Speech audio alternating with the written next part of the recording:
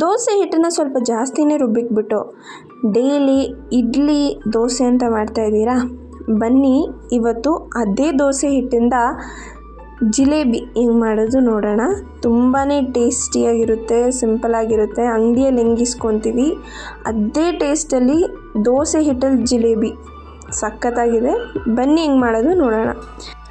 ನಾನಿಲ್ಲಿ ದೋಸೆ ಹಿಟ್ಟಿಗೆ 2 ಕಪ್ಪಷ್ಟು ಮೈದಾ ಹಿಟ್ಟನ್ನು ಹಾಕ್ಕೊತಾ ಇದ್ದೀನಿ ಮತ್ತು 1 ಟೀ ಸ್ಪೂನಷ್ಟು ಬೇಕಿಂಗ್ ಪೌಡರ್ ಮತ್ತು ಸ್ವಲ್ಪ ಕಲರ್ ಆ್ಯಡ್ ಮಾಡ್ಕೊತಾ ಇದ್ದೀನಿ. ಇವಾಗ ಇದನ್ನು ಚೆನ್ನಾಗಿ ವಿಸ್ಕ್ ಮಾಡ್ಕೊಳ್ಳೋಣ.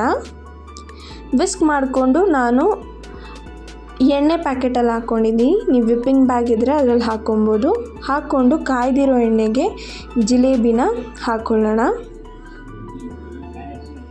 ನೋಡಿ ನಮ್ಮ ಜಿಲೇಬಿ ಫ್ರೈ ಆಗಿದೆ, ಎಷ್ಟು ಚೆನ್ನಾಗಿದೆ ನೋಡಿ. ಇವಾಗ ಜಿಲೇಬಿಯಲ್ಲಿ ಫ್ರೈ ಆಗ್ತಾ ಇರುವಾಗ ಇಲ್ಲಿ ಸಕ್ಕರೆ ಪಾಕ ರೆಡಿ ಮಾಡ್ಕೊಳ್ಳೋಣ. ಸಕ್ಕರೆ ಹಾಕ್ಕೊಂಡು ನೀರು ಹಾಕ್ಕೊಂಡು ಕುದಿಸ್ಕೊಳ್ಳೋಣ. ಪಾಕ ರೆಡಿ ಆಗಿದ ತಕ್ಷಣ ಅದರಲ್ಲೂ ಸ್ವಲ್ಪ ಕಲರ್ ಮತ್ತು ನಿಂಬೆಹಣ್ಣಿನ ಜ್ಯೂಸ್ ಸ್ವಲ್ಪ ಹಾಕ್ಕೊಳ್ಳೋಣ. ಇವಾಗ ಫ್ರೈ ಮಾಡಿರುವ ಜಿಲೇಬಿನ ಸಕ್ಕರೆ ಪಾಕದಲ್ಲಿ ಹಾಕ್ಕೊಂಡು ತೆಗೆದ್ರೆ ಜಿಲೇಬಿ ರೆಡಿ.